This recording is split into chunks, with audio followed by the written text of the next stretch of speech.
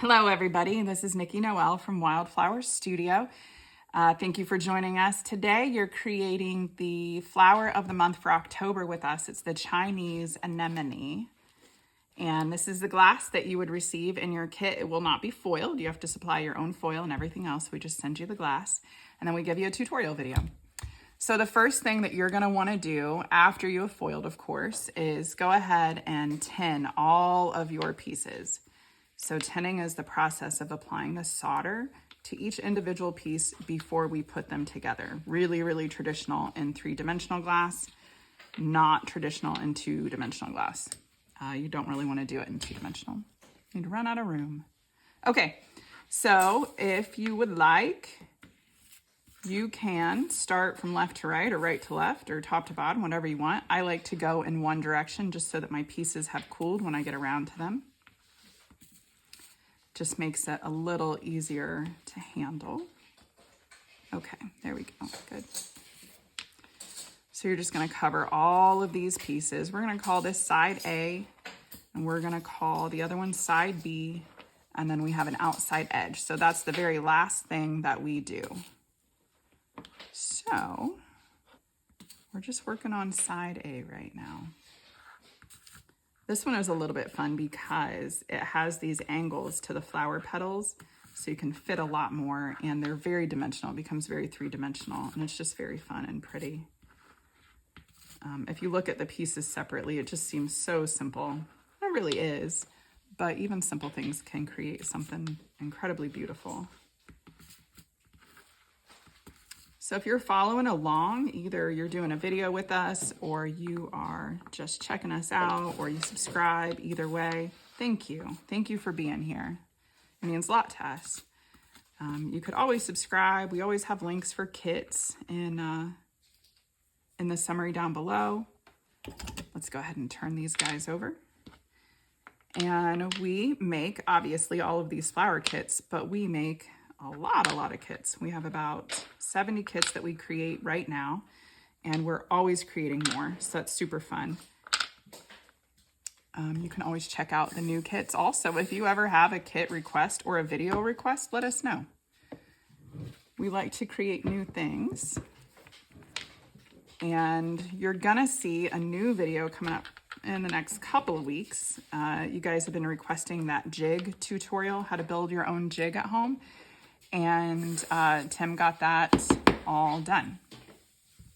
So you will be able to create that 3-dimensional jig for the spinners out of things that you have at home. We've tried to make it as easy as possible so that you don't really even have to have power tools, because not everybody has that.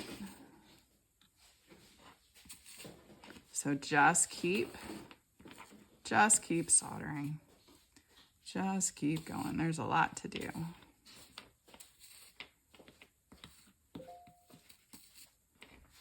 Okay.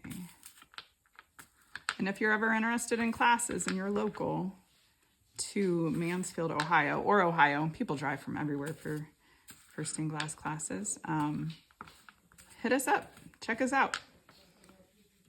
We love to teach. We love to share what we do with everybody.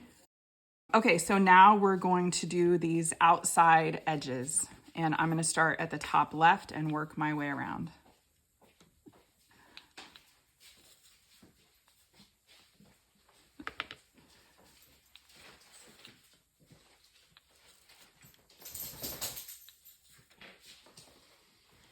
Okay. So none of these are too warm for me.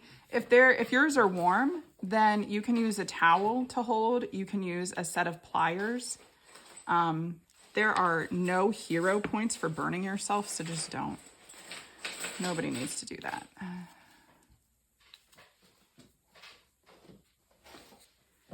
All the way around.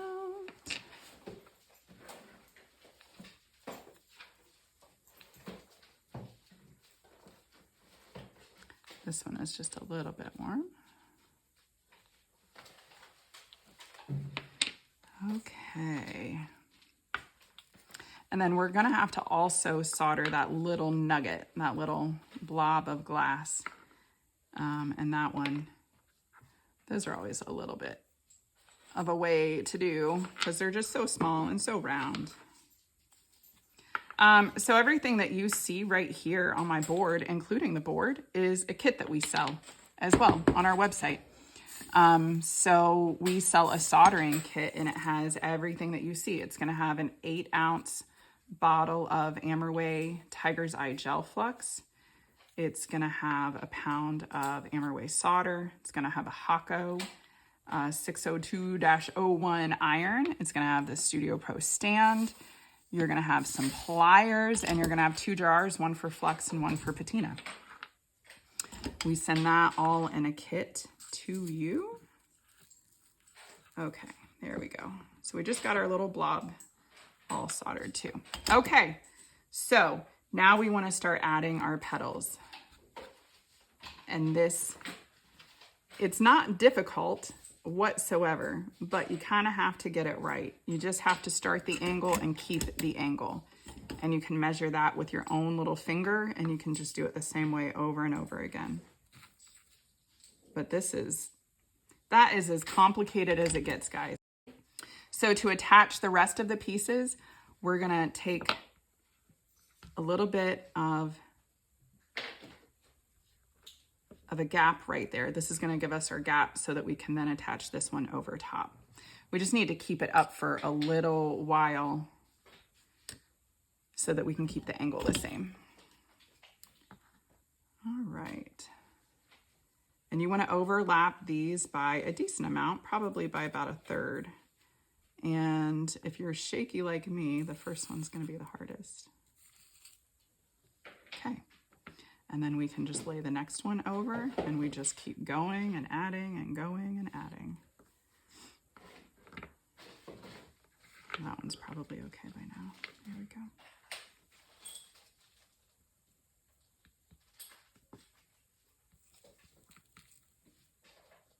Okay.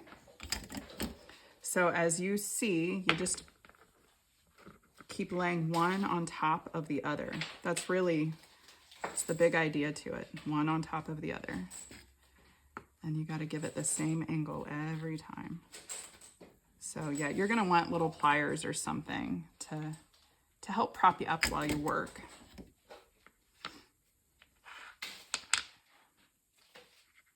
Okay. So here comes our next one. That one's going to go right there. And you'll look, I use a lot of the solder that's already on my board, you know, because who likes to waste? Okay. Oh, this one is shaping up pretty cute. Pretty cute. We like that look. Okay, so next one over top right here. And there we go. And fill that in, and we should be able to fit this guy just like that. That looks pretty good. We're gonna take out just a little bit of this solder because that's just a little bubbled right there. There we go. And then we can pop this one right in. And that one's gonna have even a little bit more of an angle. That's okay.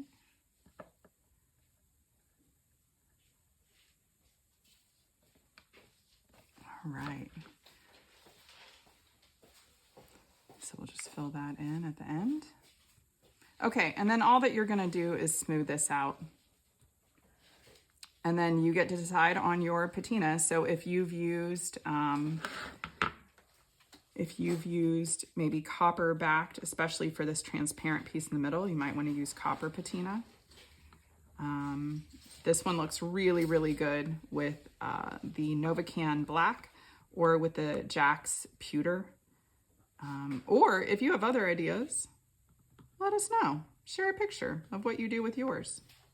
We would love to see the finished product. If you ever buy a kit, share it with us. And then all that you're gonna do is attach this right onto the back. And you can do that anywhere you want, literally. You can put it right there. We'll do this one this way. And again, this is that 14 gauge wire, so it's a little bit thicker than what we sometimes use. I like the 16 generally for this, but either one's okay. And then we'll go ahead and cover all that up and tighten it up. And that's about it, you guys. So as always, thank you so much for following along and sharing in the glass journey with us. All of our kits are available on our website, wildflowerstudio.us. So thank you for following along with us today. We appreciate it. And we will see you next month for our next kit. Thanks so much and happy glassing.